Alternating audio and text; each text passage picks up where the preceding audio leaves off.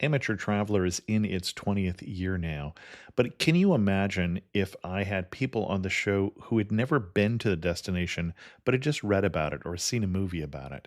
That wouldn't make any sense at all, and you wouldn't listen. We all know how important it is to receive advice from people who know a destination to get the most authentic local experience.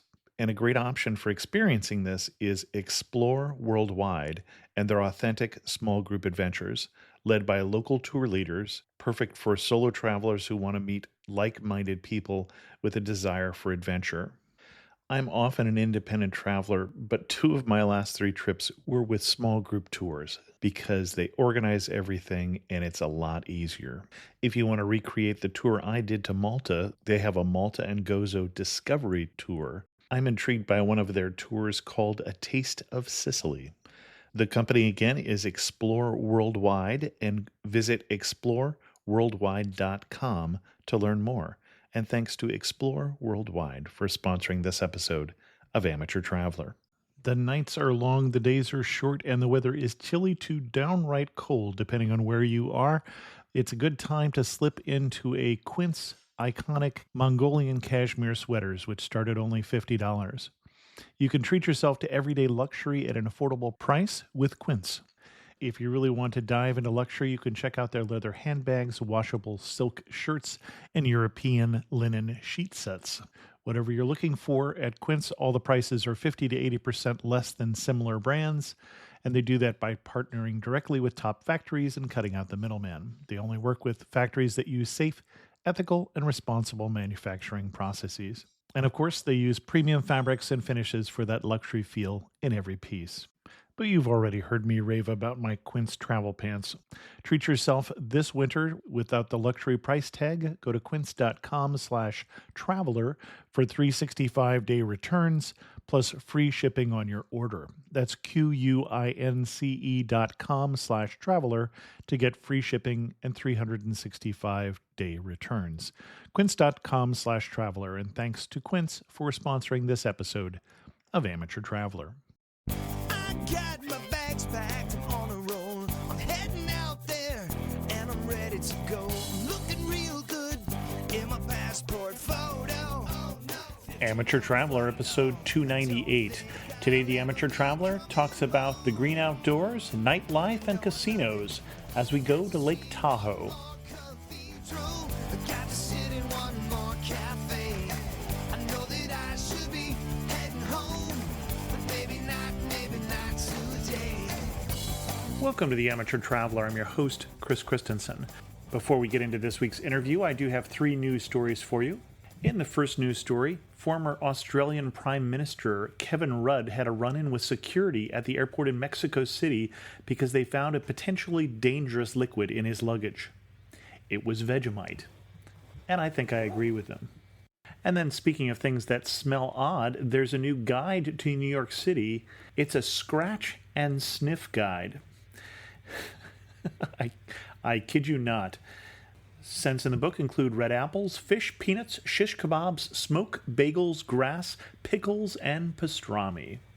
And then we had an interesting thing go on in the War on Terror this week because someone who was on the no-fly list managed to get on a transatlantic cruise. Boats also leave the country. Make a note. For links to all three stories, check out the show notes at amateurtraveler.com. I'd like to welcome to the show Bethany, who's come to us from the Nevada Tourism Bureau and come to talk to us about Lake Tahoe. Bethany, welcome to the show. Thank you for having me.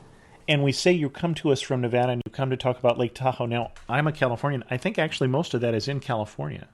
Yeah, percentage-wise, I suppose California has more of it. But there's some cool parts that are in Nevada, which is one of the reasons that you're on the show.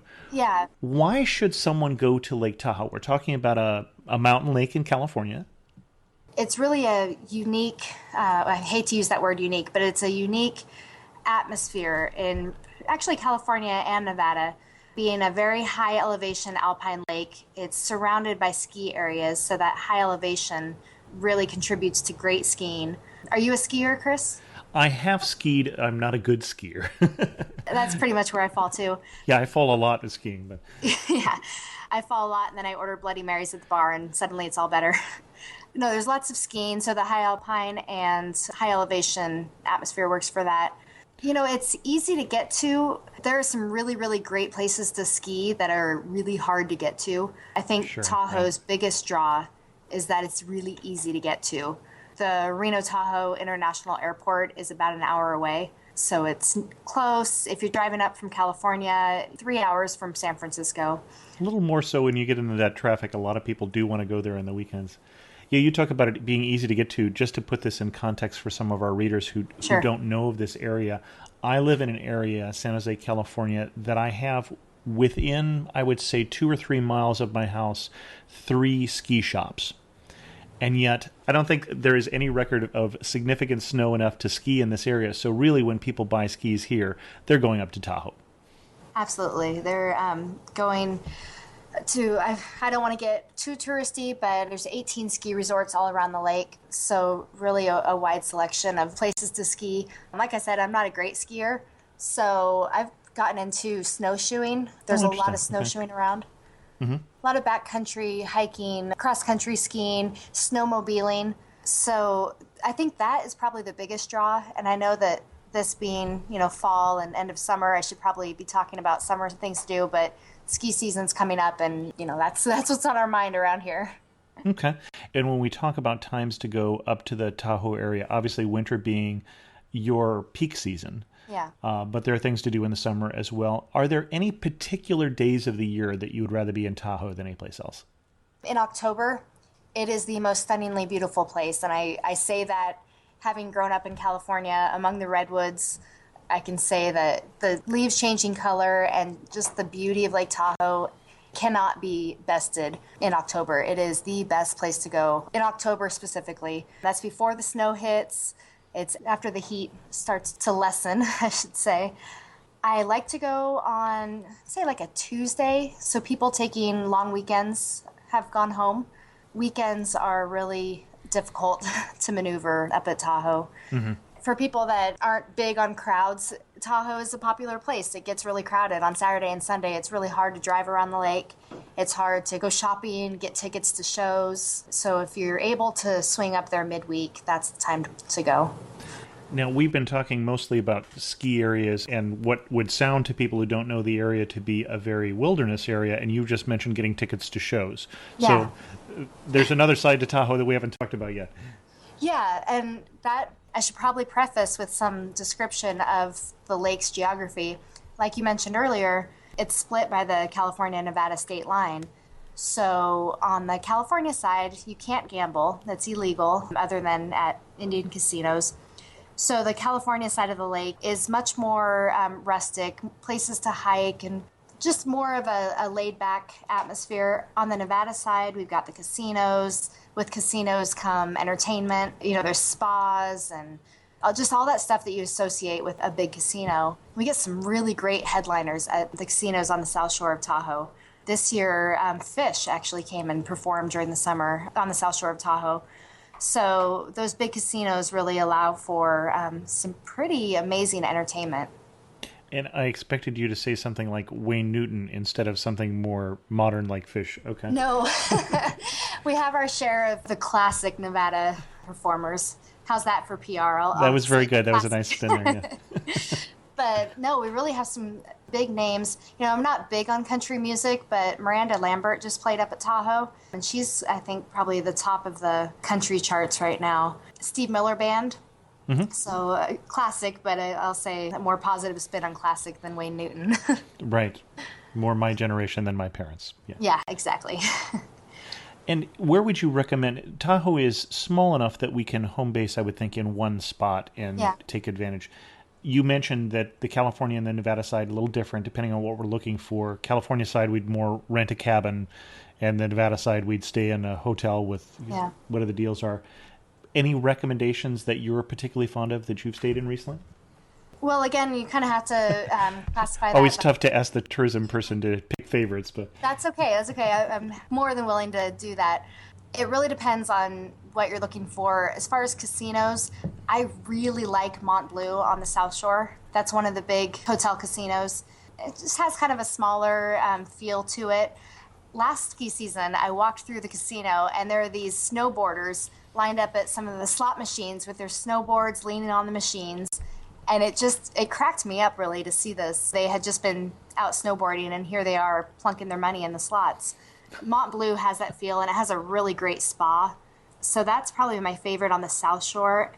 And another good thing about the big casino hotels, they can be all inclusive. You can get your ski rentals there. You can buy your lift tickets. You can shop. So if that's what you're looking for, I would say the South Shore is the best place. And again, I really like Mont Bleu. On the North Shore of Lake Tahoe is Crystal Bay. It's right on the border of California and Nevada. And there's a really old, really kind of quirky, funky hotel called the Cal Neva. That's the place to stay in North Lake Tahoe. It's not top of the line. It's not swanky or chic by any stretch of the imagination, but it's fun. Frank Sinatra used to own it, so it still has some of that old 60s gangster vibe to it. Some of the rooms may or may not have been renovated since then, but it's clean, it's comfy. The windows open all the way, and to get that breeze off Lake Tahoe, actually, I leave my windows open all night just to get that breeze in my room, and that's something that you can't get at a lot of hotels. You can go down into an underground tunnel that Frank Sinatra built. He built this tunnel to let his friends, his Rat Pack friends, escape from the casino without getting mobbed by their fans. So, going in this underground tunnel, Ava Gardner carved her initials into the cement when it was first built. So there's this great history there. Again, it's not a top of the line place, but for the just funky history, it's just amazing. The one thing that's always struck me as odd with South Tahoe, just talking about the Nevada side right now, is obviously the two places that it gets compared to in Nevada are Reno and Las Vegas. And they all have casinos. Obviously, Las Vegas, the larger of the three.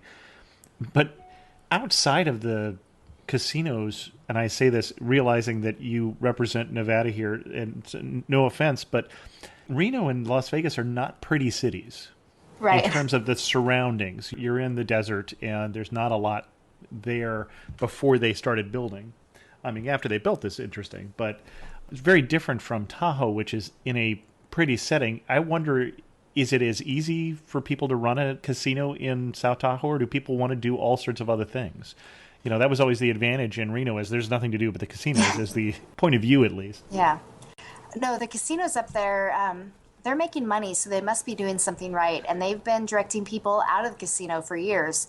They tell you to come spend the night there, preferably eat some meals there and spend some money in the casino, but really get out and explore, take a cruise on the lake, go parasailing, go hiking. They provide all that information in the casino, hiking trail maps, number to call to buy tickets for the paddle wheel cruiser. So, I think that the hotel owners there realized a long time ago that people are not going to come and just sit in a casino all day long when there's Lake Tahoe right outside. So they must be doing it right because they're doing it pretty well. Now, you mentioned eating. 20 years ago, I think probably one of the last times I was in South Tahoe, the food was, I wouldn't say it was inspired, it was plentiful, it was cheap, and the same was true of the other gambling cities in Nevada at that time. But there's been a change, I know, as Las Vegas, for instance, has gone much more upmarket, much more expensive for food, but also much more variety. Has that change happened in South Tahoe also? Yeah, it's been incredible. I mentioned Mont Bleu earlier. The steakhouse in Mont Bleu called Sierra Steakhouse is the only 3-star restaurant at Lake Tahoe, last I heard, and I hope that's still true. Really, really top of the line service and steaks and food. At Harrah's and Harvey's on the South Shore as well, they have a new Chinese restaurant called Ji Fu Lo, and the chef for that is from Hong Kong, and he's a celebrity chef. Like we have Gordon Ramsay. They have this chef, and I won't even try to pronounce his name, but he's a celebrity chef in Hong Kong, and they recruited him from Hong Kong, moved him out here to head up this restaurant called Ji Fu Lo. That's the quality of food up there. It's not just noodle huts that they'll call a Chinese restaurant. It's real Chinese food, top of the line steakhouses. Yeah, I would say the dining has changed. You can still get the, $20 buffets, and those are all good. But It's kind of a foodie paradise up there now. Okay. And now you made a reference to riding the paddle wheeler. Yes, there are two paddle wheel boats on Lake Tahoe. One is called the Tahoe Queen, one is the MS Dixie 2. She's number 2 because I believe the first one met some sort of demise. The MS Dixie is actually a rebuilt paddle wheel from the Mississippi River, and they do dinner and dancing cruises and lunch cruises and all sorts of different sightseeing things. This weekend, always Labor Day weekend, they do a paddle wheel race where they actually race the two boats against each other, and it's supposed to be quite the spectacle. Yeah, it's interesting. I've done both the dinner and dancing cruise and the daytime sightseeing cruise, and it's a good way to get your bearings on the lake and the history and the geography around you. Okay. Here's the tough question for you as the tourism professional. Yes. What do the guidebooks recommend that you think there are probably better things to do? You're right. I am going to get in trouble with this, but but I'll answer it. We won't tell anybody, really. If we're talking South Shore, the Heavenly Gondola is really a stunning way to see the lake. Mm-hmm. But if you're going to spend your money, you could go on the paddle wheel cruise. There are other ways to spend the lake. The ticket is kind of pricey, and I'm so going to get in trouble for saying that, but it's true. When I take my family there, I may not pay tickets to ride the gondola. Okay. I'll buy more tickets to be able to see the lake in other ways. If you do have the money to spend, the gondola is really, really a stunning way to see the lake, but we're all watching our budgets right now, and there may be better ways to spend your money. Okay. And then conversely, what do people not know about? What do you wish the tourists realized when they're going to the Tahoe region that you just can't believe that nobody's doing this or nobody's seeing this? We have a really vibrant American Indian culture here. It's still very much alive, and Lake Tahoe was really a sacred site for our American Indian ancestors here. So there are some really interesting spots around the lake. Meeks Bay on the California side is a sacred site. Cave Rock on the eastern edge of the lake, it's on Nevada side. That is also a sacred site. And to go to this place, the whole lake area is really a vital part of the American Indian lifestyle here. And then to go to some of those spots that specifically hold significance is kind of a surreal experience. Another thing on kind of a different topic, there's a pine tree around here called Jeffrey pine. It's a type of pine tree. When it warms up during the day in the sun, go stick your nose in it, and it smells like a bakery. It smells like butterscotch and vanilla. And that's something that I always try to get people to do, especially people from cities who have never experienced something like that, to go stick your nose in a tree and really inhale kind of the essence of being in the great outdoors. It's an experience I suppose you can find wherever they have Jeffrey pines. We just happen to have them in abundance here. Okay. In terms of getting around, I think this is a place where you need a car. Yeah, if you fly into the airport, there is a shuttle service. You have to buy tickets, and I think the tickets are like $60 round trip. There's the South Tahoe Express and the North Tahoe Express, and they go to their respective hotels in that area. It's preferable, I think. I think it's worth the $60 to buy a ticket and not have to worry about driving in the snow, especially people who are not used to driving in the snow. Mm-hmm. Buy your ticket at the airport and ride the shuttle. Once you're up at the lake, it's pretty easy to get around. There's lots of shuttles. But during the summer, when snow's not an issue, I think it's worth having a car. There's just so much to see. The lake all the way around is 72 miles. And that's a lot to see within 72 miles. There's lots of places to pull over and take a hike, waterfalls and restaurants and just all sorts of things that I think you would be remiss if you just stayed in one hotel in one city on the lake. Okay. And we didn't say this. We did mention that there are racing paddle boats and such, but we're talking about a very deep lake. So even in the summer, this isn't going to be really warm to be swimming in. No. And to be honest, I don't swim at Lake Tahoe. It is too cold for me. My kids love it. I watch from the sand. Yeah, it's a very cold lake. Again, being high elevation, it's chilly. And a lot of it is snow melt. This year we had the most incredible snowpack, and now it's all melting. So the water is freezing even in the summer. Again, kids love it. I stay on the shore. I think we used to swim at Emerald Bay, which was just a little few degrees warmer. But yeah. North Lake Tahoe has some really nice beaches. Sand Harbor is a state park on the North Shore.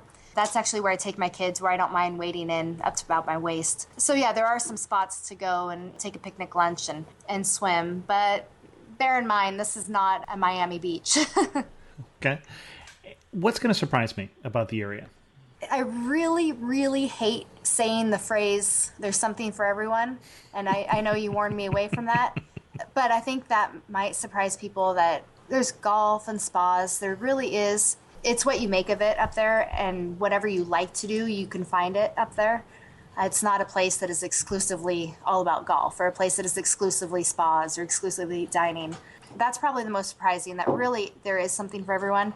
But that generic cliche aside, I think the history is what is most surprising. People don't realize how vivid our history still is. It's very much in living color, from the Cal Neva with Frank Sinatra's Ghost to there's a place called the Thunderbird Lodge that you can take tours of, and it's really fascinating. The eccentric millionaire that built that, he had lions and elephants and tigers as pets there, and it's, yeah, oh my. So there's really some interesting history up there, and I think that's often overlooked when we're talking about, all these great things to do. There's really some interesting history that's still very much alive up there. Okay. Some of the history there, I think of the Donner Party. I'm not sure I want it to be too much alive, but yeah. For those who don't know, they're people who tried to get over the pass a little too late in the winter, and well, let's just say their dining options were a little more limited than you might find in South Tahoe right now. And for those people who've been listening to the show for a while, thinking of the variety, we talked about, spas and golf. On the other side of that, you may remember that in an earlier show, there was mention by the guests who did the through hiking of the Pacific Crest Trail that the way they trained was hiking the ring trail around Lake Tahoe. That's actually been mentioned on the show before. You mentioned snowshoeing, which intrigued me. Where do you go for snowshoeing? I think the best place to go for snowshoeing is Spooner Lake. It's just outside of Incline Village on the north shore of Tahoe. They have rental equipment up there, so if you don't have snowshoes, you can get them up there. They have cross-country skis. They have cabins that are only accessible by hiking into or snowshoeing into. And it's fairly inexpensive. It's just a kind of a mom-and-pop place, but it has some of the most extensive backcountry. You mentioned the ring trail, the Tahoe Rim Trail. Spooner Lake connects with that, so there's a lot of those hiking trails that are accessible through Spooner Lake. Okay. Who's the most memorable local you wish people could meet? Well, Frank Sinatra, I think, is pretty memorable, but... I'm thinking current. Current. Oh, well, in that case, I'm hoping we don't meet him, actually. Yeah. I don't know, they say his ghost roams the hotel. A lot of celebrities have homes up at North Lake Tahoe. You can drive along what's called Lakeshore Drive and see some of these just multi-million-dollar homes. I understand Tiger Woods has a home up there. I think it's outside of Emerald Bay. They're all quite private about their homes, but from what I've been told, his home is in Emerald Bay. Tommy Hilfiger has a house in Incline Village. Alicia Silverstone. Right now, I suppose Tiger Woods would be the big one to meet. Okay. As we start to wind this down, one thing that makes you laugh and say only in Tahoe. Yeah, I'm not a experienced enough ski traveler, I guess, to know if this is true, but they have some really crazy events up at Tahoe. During the ski season, Mount Rose Ski Resort celebrates Elvis's birthday with Elvis Day. And if you dress up like Elvis, you get a discounted lift ticket. I went up there on this day actually once, and you have all these skiing Elvises, if that's the correct term.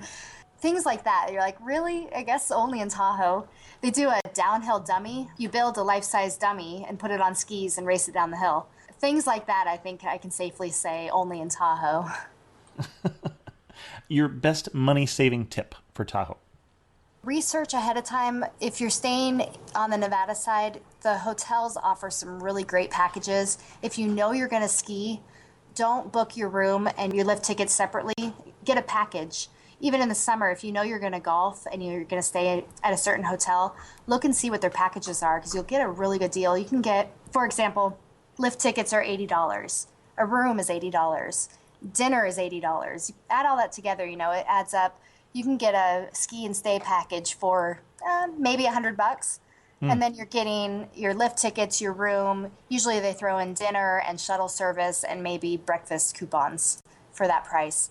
So if you know what you want to do ahead of time, it pays to research the packages through the hotel. Okay. Before we get into our traditional last two questions, is there anything else you wish people knew before they went to Tahoe? Yeah, I hope this isn't too far outside the realm of this podcast, but Reno is a really short drive from Tahoe. You have to go through Reno if you're going to fly here. And I think it's often discounted as kind of the ugly stepsister to Vegas, which just isn't true. And so if you have the time, if you're planning a trip to Tahoe, plan a day to go explore Reno. It's worth it. It's really gone through a renaissance that hasn't really been told yet. And it's a story that hasn't been told. So it's worth it if you're going to Tahoe. Spend some time in Reno. You know, we've had restaurants in Reno that have been featured on Food Network shows. It's definitely has some really exciting selling points that people just don't think about. So they think they're going to go up to Tahoe and they don't even realize there's this major city just over the hill. So I think that's what I would send people off with, just the encouragement to go explore outside of the Tahoe region. Okay. Last two questions. Finish this sentence for me. You really know you're in Tahoe when what? When you hear that there's a bear rummaging in a garbage can and nobody seems fazed by it. Okay. And last question. If you had to summarize the Tahoe region, both sides, California and Nevada, in 3 words, what 3 words would you use? Snow. Okay. And this year it might be snow, snow, and snow, but in normal years. Yeah. 3 words to summarize Tahoe. A compound word, snow sports, Okay. hiking, Okay. and unexpected entertainment. Well, we definitely cheated on the 3 words, but thanks We did, so I'm sorry. much. You're not the first person who's cheated on that question. Bethany, thanks so much for coming and sharing with us your love of the Tahoe area. Thank you for having me. It's been a pleasure. And if people wanted to read more from the tourism board about the Nevada side of that, where should they go? TravelNevada.com. You can start there. Excellent. Thanks for coming. Absolutely. Thank you. In news of the community, I heard from Liz, who wondered why there isn't an Android app for the amateur traveler. There is, as you know, an iPhone app. And I talked to the people who developed the iPhone app for me, which is Libsyn, where I host the files for this podcast. And apparently an Android app is a possibility, so perhaps one is coming in the near future. And while that may make Liz happy, Hannah was not quite as happy about the Kyoto episode. She was pleased that we did an episode on Japan, but thought we got some of the facts wrong. There are 2 points specifically where she says we have the incorrect information. The first point was that the imperial family still goes to the Kyoto Imperial Palace. They do not. The Kyoto Imperial Palace is not fitted with electricity, much less with heating and cooling, a modern kitchen. Therefore, the imperial family never goes there. And the second point was that the building temples Phil mentioned were at least a few hundred years old. The Golden Pavilion is not. It was burnt down in 1950 by a mentally unstable monk. The event is creatively depicted by Mishima Yukui, perhaps the most famous 20th century novelist, in his book The Temple of the Golden Pavilion. Hannah's post is a little longer than that, but I'll let you check that out in the comments on the Kyoto episode. And then I heard from Grace, who said, "Hello, I've been a fan of the podcast for months. Just wanted to let you know that you've inspired me to go to the Escalade in Geneva this year. I am studying abroad in the UK, so it's not far away as it would be normally. Thanks for the inspiration and hours of entertainment." As you may recall, the Escalade in Geneva is held in December and celebrates the victory over the Savoy in 1606. The day that this episode comes out, I'm speaking at Podcast Boston, so it's probably too late to hear me there. But I'm also speaking at the Meet Plan Go in Boston in October, and then I will be moderating a panel discussion at Blog World in Los Angeles in November. For more information about both of those, look at the show notes at amateurtraveler.com. Don't forget to vote for the Amateur Traveler at the Podcast Awards, podcastawards.com. If you have any questions or critiques, feel free to leave them on this episode at amateurtraveler.com. You can also send me an email to host@amateurtraveler.com. And you can follow me on Twitter at Chris2X. And as always, thanks so much for listening.